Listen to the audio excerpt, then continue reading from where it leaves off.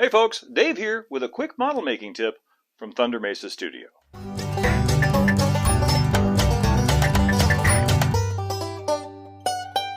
Today I've got a tip that's as old or older than the hobby itself, and that's making realistic looking weeds from cheap old paintbrushes like this one.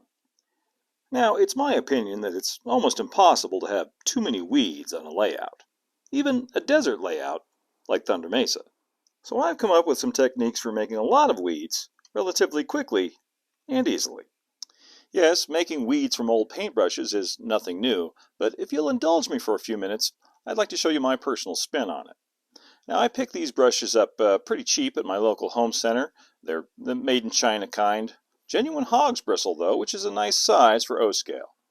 And the first step is going to be to release these bristles from the ferrule of the brush itself. And all I really need to do that is a screwdriver and probably a pair of pliers. Just jam the screwdriver down in here, like so. Open that up a little bit. And take your pliers, grab onto that, kind of pull that open. Yeah, those little rivets pop right out. And you can see, cheapo brushes, the bristles don't even go all the way to the handle. Let's pull this out of here now, just like that. And this, well, you throw it away. Now the temptation might be just to take your scissors and cut all these fibers off right now, and you could do that, but I find it a little bit better to just cut off little pieces that I need as I go, and that way I don't make a big mess all over my workspace with, thousands of tiny little hairs everywhere. I mean, it's messy enough. The next step is actually to take a small piece of cardboard. This is what is about 2 inches by 4 inches. You don't want it too big. You'll see why in a minute.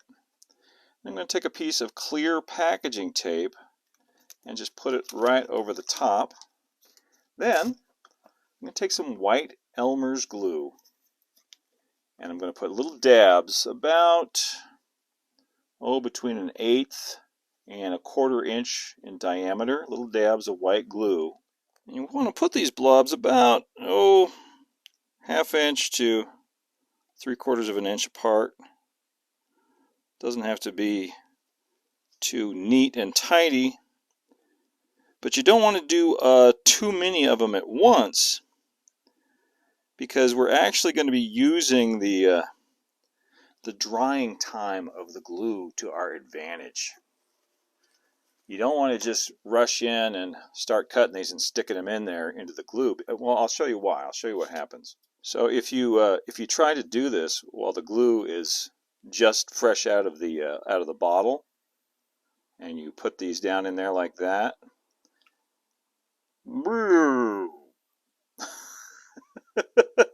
it doesn't work. They just collapse. And what we want is we want them to kind of stand up and spread out a little bit. So the key to this whole process really is waiting for a skin to develop on top of the glue. When you see that skin over the top, that's when it's ready. So we're going to wait a minute before we start doing that, and while we wait, we can start, I can show you how we cut the clumps out. I'm going to pinch off a piece that's about a 1/4 inch. Grab it up there, take a sharp pair of scissors, and cut it clean and flush along the bottom like that. Now, how long the glue takes to skin up is going to vary a lot depending on where you live and what the humidity's like. Here in Arizona, it takes about 5-10 minutes, but you don't want to wait too long, because then, of course, the glue is not sticky anymore. And the reason I use a basic glue like Elmer's instead of something like, say, Eileen's Tacky Glue is because Elmer's is really the only one that I've found that dries completely invisible. Eileen's, when it dries, I've used it for the same thing, and it sets up faster, but it's got a little shine to it when it dries, and it kind of spoils the illusion of weeds growing out of the ground. They're not supposed to be shiny down at the bottom. I think we're good. I think it's safe to proceed now.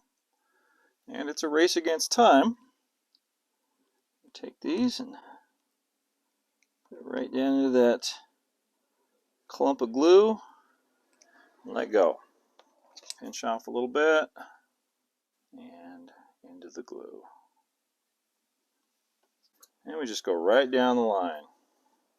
And you know, you're going to get some stray hairs that fall out, and that's fine. That's all part of the process.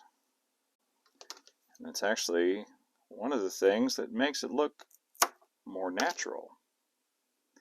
No two are alike. Mostly you want to just leave this alone as it dries. You can do a little manicuring, going in maybe with a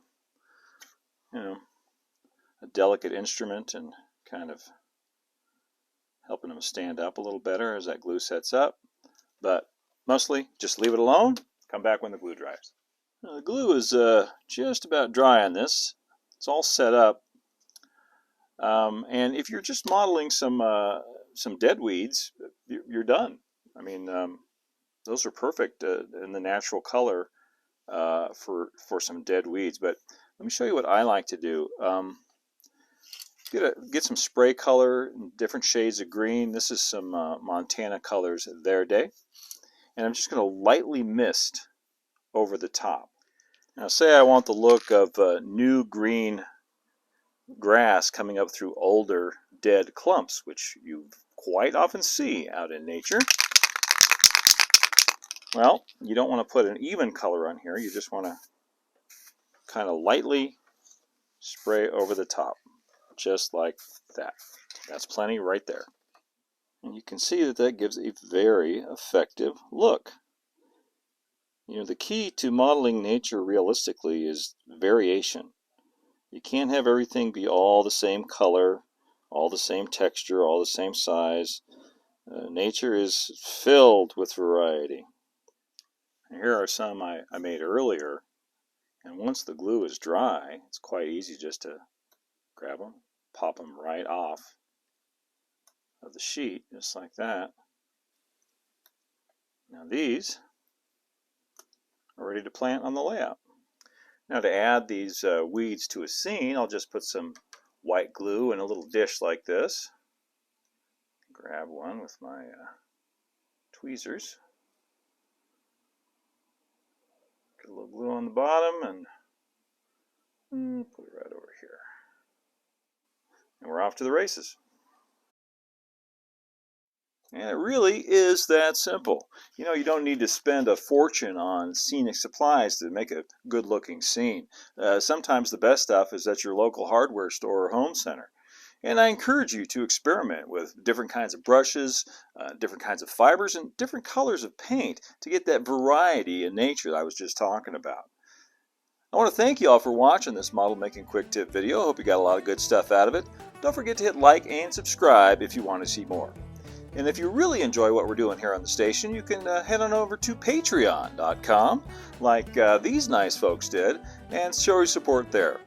That's patreon.com/Thunder Mesa. Until next time, keep moving forward, everybody, and adios for now.